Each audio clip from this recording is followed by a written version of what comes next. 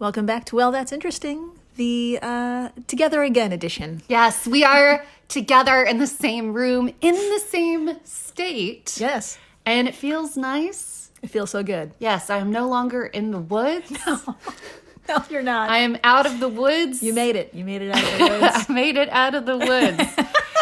Literally. But yeah, I'm back in New York. I'm here with Jill. That's right. Feels good. I'm Jill Chacha. Out of the woods is Marissa Riley. I did it. Amazing. And welcome to In-Betweeni 027. But before we get into it, we want to give a shout out to Mandy Surdum. Fuck yeah, Mandy. On Instagram. She DM'd us, and I just wanted her to read this because it's so great. It's so damn cute. Quote, they said, this podcast gets me through the black hole of infinite depression that is my work. I love you both. Live long and motherfucking prosper. You guys kill it. So thank you, Mandy. Thank you, Mandy. You're the motherfucking best. You prosper. And also this helps us get through the black hole of depression that is the pandemic layered with other... And life. I was going to say other traumas, but I think the easier way to say it is life. So we love you. You're fucking awesome. Yeah, thanks to everyone who's been listening, rating, subscribing, telling their friends, and just getting through life together. So, yeah. If you're alive right now, fuck yeah. You're amazing. High five. I hate to break it to you, but you've earned some credit. Yeah. So. Too bad you're wonderful. Yeah. What else is wonderful? Oh, it's also wonderful in New York. Springtime. It's happening. It's happening. It's happening, and it's, what would you like to call it? Okay. So I call this time of year nipple weather. I am a queer woman, so that is the body part I am in tune with. Everyone's in tune with the nipple. Everyone's got nipples. They're out and about. What I'm trying to say is, it's that time of year. Mm-hmm. First day of spring. Yes. Everyone is wearing their cutest clothes. Maybe they're not wearing a bra for the first time. Maybe they're not wearing a jacket for the first time in 6 months. And nipple day, it's the day where basically everyone is dancing like a fucking idiot while walking down the street. Yeah. And they're really nice, which New Yorkers are nice, but we're not like outwardly nice. This is the 24-hour super niceness. Yeah. I go to a very cool coffee shop, even though I'm not a cool person, once a week. I order the same thing every week. They never remember. It's like they've never seen me before. It's a very specific order. But today I walked in and the first thing they said was, 3 croissants? Like they were so happy because it's fucking nipple day. Yeah, it's nipple day. It's nipple weather. It's like sweater weather, but nipple weather. Yeah. It's come full circle. It's wonderful. It's wonderful. We're smiling. It's gross. What else? Well, speaking of body parts, let's get into today's topic, In-Betweeni 027, tapeworm in woman's spine, and woman loses toenails after fish pedicure. Oh, no! I love it. Tell me everything. Okay. Let's begin. Let's journey back to 2018, to the lovely country of France. Nice. To the lovely region of Dijon. Mustard. That's right. The mustard place. The mustard place. Here, a 35-year-old woman struggled her way to an emergency room where she told doctors for the past 3 months she had been experiencing weakness in both legs, an inability to flex her feet, and what she described as an electric zap randomly shooting down her back and legs. That's pretty bad. That sounds terrible. It sounds terrible, but it also sounds like something I would ignore for a long time. She did. She ignored it for 3 months. Great. And it does sound terrible, but that's how it started. It got to the point where she could barely walk or barely feel her legs, which also led to, quote, difficulty riding her horse. Oh. End quote. As stated by our source, the New England Journal of Medicine. I'm so sorry you couldn't ride your horse. What a I'm sorry. I'm such a dick. That is legitimately upsetting when you can't ride your horse. Yes. But, She seriously, when she would have the capacity to walk like upright, without warning, her legs would go completely limp and she'd like fall over for no fucking warning. With no warning. That's terrible. Yeah. Super scary That's really shit. scary. So, a round of blood tests came back with the results that suggested, yep, something's wrong, and her body is fighting something off. Laboratory tests showed an elevated white blood cell count. The base range is 4,000 to 10,000 cells, and her count was 18,800. Whoa! Yeah. That's high. That is very high. I was going to say, I feel like I've gone to the doctor a few times with like something I thought was a problem. And every time they're always, it's so rare that they're like, it's something, they're always like, it's nothing. Yeah. There's nothing wrong with you. Have you considered a therapist? And I'm just like, shut the fuck up. My back hurts. Like I wonder if she had that woman, or not that woman, that moment as a woman where she was like, yes, it's something. They believe me. They believe me. So, yeah, they totally believed her. Next up was an MRI. Doctors focused on her back and spine, and wouldn't you know it, the woman had several round lesions huddled together in her 9th thoracic vertebra, which is pretty much like the middle of your back. Yikes. And would you like to see the MRI in question? Absolutely. Dr. Marissa, please. Give it to me. Give us your diagnosis. Here is the MRI. All right. What do you see? All right. So there's 2 pictures I'm looking at. On the left is a picture of a scan of someone's spine. And it looks like a normal spine, but in one of the, I guess, a vertebra. There you go. Vertebra. There are these little, like, stone-looking white things, and they're all kind of huddled together. It kind of looks like the marbling in a steak of fat. It looks like fat. And yeah, it looks bad. And then on the right, it's a close-up of it. And yeah, it's about 1, 2, 3, 4, 5 little white things inside this vertebra. Like circular-ish. Circular-ish. All like huddled together there. Well, some good news. The objects were surgically removed and the hole left behind was filled with an implant. Wonderful. And it all went successfully. The bad news, the lab results found that the objects were larval cysts of a tapeworm.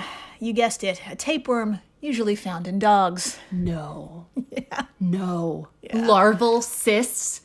Yeah. Oh, no.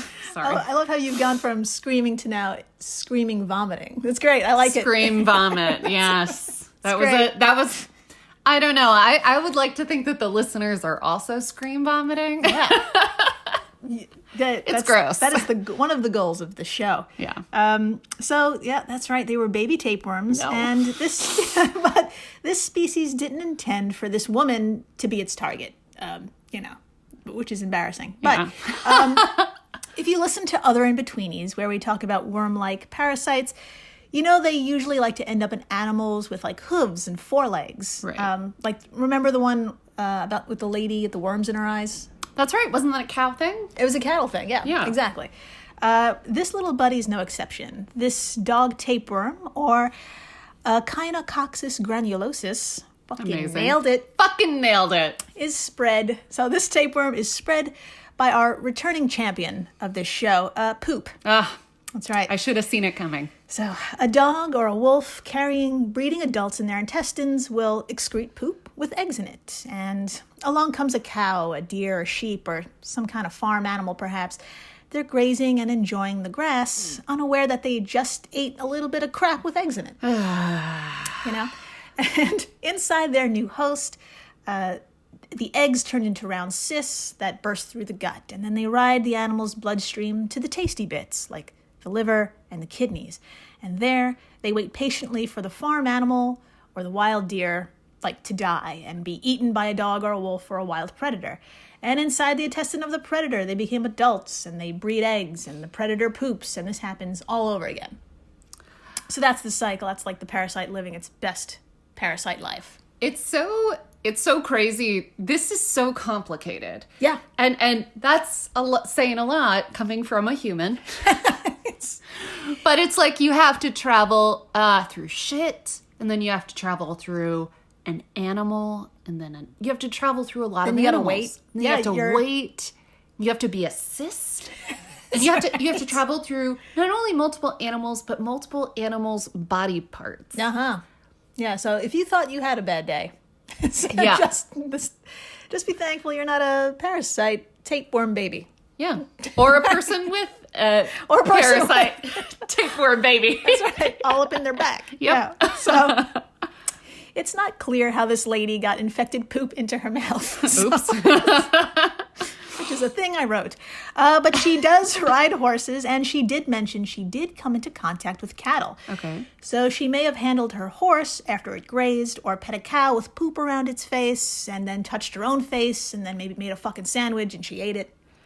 Like that. Series of horrible coincidences, basically. So what you're saying is we should never put anything in our mouths again. Wash your fucking hands. Okay. There you go. Sounds good. So she became what the journal calls an incidental host. Excuse me. And being an incidental host means those baby worms and those cysts can't get out. This woman is most likely never going to be eaten by a dog, so they ride the bloodstream until they anchor themselves wherever they please. Now, this sounds crazy, but ending up in her spine may have been a good thing. Would you like to read from the CDC about the cyst stage, which the CDC abbreviates as CE? Absolutely. Okay, quote, CE usually involves the liver or the lungs, but can also be found in other organs of the body. Because the cysts are slow growing, infection with CE may not produce any symptoms for many years. Pain or discomfort in the upper abdominal region or chest, nausea, vomiting, or coughing may occur as a result of the growing cysts. Rupture of cyst fluid can lead to allergic reactions or even death, end quote. There you go. It's a lot to unpack there. Yeah. So, believe it or not, these electrical shocks and all that collapsing, those were signs of an unwelcome guest. And she was lucky enough to show symptoms before the cysts popped and did God knows what to her fucking spine. Yeah, I believe the quote was lead to allergic reactions or even death. Yeah, there you go. That's two very different things, Yes. but I'm glad she avoided it. Yeah, A or B, and she fell somewhere in the middle. Yeah. So that's good. So in addition to surgery, she was treated with anti-parasitic medication, and at a follow-up 9 months after the discovery, she had no residual symptoms or any sign of reoccurrence. Amazing. So, yeah, she's all right. Just a little traumatized. Yeah. And I think after the break, let's not stop here. Let's move on from worms to fish. Fuck yeah. And from spines to loose toenails. Gross. So stay tuned. Please do. True or false? Hats make you go bald. This is actually false. Maybe still skip the fedora, though. Hair loss is a genetic condition that affects 2 out of 3 men by the age of 35. Those aren't great odds. But the good news is that Keeps can help with expert, personalized care and science-backed treatments that are up to 90% effective at reducing hair loss. All without leaving the house, delivered straight to your door. Hair loss stops with Keeps. For a special offer to get started, go to keeps.com/podcast. That's KEEPS.com/podcast. Hello, everyone. You may recognize me as Gabby from the History of Everything podcast. And my name is Brenna, and you don't recognize me from anything yet. Together, we're 2 scientists who explore all of the weird little questions and conspiracies of the universe in our new podcast, Mystery of Everything. Everything has an explanation. We hope. But that is what we're here to figure out. We will dive into the science behind many popular conspiracy theories, such as vaccines causing autism, flat Earth theory, and was the moon landing fake? And if so, why the heck would anyone even do that? But it's not just conspiracies. There's a lot of cool mysteries that we will attempt to use science to explain, such as near-death experiences, what made the Vikings go berserk, and can I control my co-host with MK Ultra? Wait, what? Anyway, make sure to check out the Mystery of Everything podcast everywhere where you find your podcasts. Hey everyone, Jill Chacha here from Well, That's Interesting, and I am absolutely thrilled to tell you about Spotify for podcasters. I use it, I love it, and it all started by downloading the free Spotify for Podcasters app, which has all the tools you need in one place to record and edit your masterpiece of a podcast. Spotify for Podcasters also distributes your show to all major platforms. So when you hit publish, your episodes will stream not only on Spotify, but I'm talking about the Apples, the Googles, Stitcher, Good Pods, the other ones. You get the idea. And you can monetize your podcast with no minimum listenership required. You could also set up monthly subscriptions and record ads just like this one. So what are you waiting for? Download Spotify for Podcasters today and start changing the world. Oh, and please, stay interesting. And we're back. We are so back. We're so back, and I just want to say that I'm not going to traumatize anyone with photos of toes with missing toenails. Not even me? Not even you. Wow. There's no need to see what I saw. If you want to see toes with missing toenails, just Google Women's Health Magazine fish pedicure toenail, and you'll get what you ask for. Got it.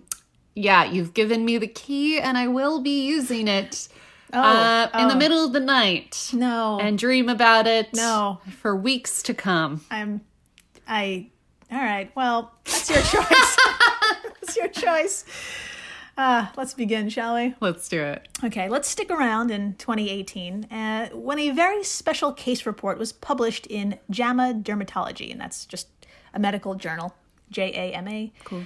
It focused around an anonymous 20-year-old woman who for 6 months experienced a full stop in her toenail growth, and then one by one, they fell off. Oh, that's horrifying. Yeah. That happened to my friend when she ran a marathon. Oh, I'm glad you brought that up. Ah. Yeah. Great. So, yeah, a stoppage in nail growth and then falling off is actually a common thing, and I'm sorry. There are many, many, many reasons as to why this could happen. Some are super simple, like a really bad stubbed toe where bruising cuts off blood supply to the nail. Wow. Like you just said, hardcore marathon runners experience toenail loss. That's common. And there's more fucked up situations like nutritional deficiencies, a side effect to certain medications, and chemo. Wow. Okay. Yeah. So it can really run the gamut. But our anonymous lady was totally healthy and had no history of this happening before. The only thing out of the ordinary that happened in her life was getting a fish pedicure. Yikes. Now, off the top of your noggin, what do you know about fish pedicures? Well, okay. I have seen them in TV shows. Basically, someone gets a foot-sized tub There you go. of water full of tiny fish. Yep. Like inch-long little Little meadow-looking guys. Yeah. And then you put your feet in, and they eat the dead skin off. And I would lie if I said I wasn't curious and wanted to try it. Sure. And I think I speak for a lot of people when I say I am weirdly curious about it. Yes. So generally, I mean, you're basically spot on. The fish inside those tubs of water are the gara rufa, or doctor fish. Aw. Yeah, they're very slender, very unassuming fish, no bright colors, not poisonous.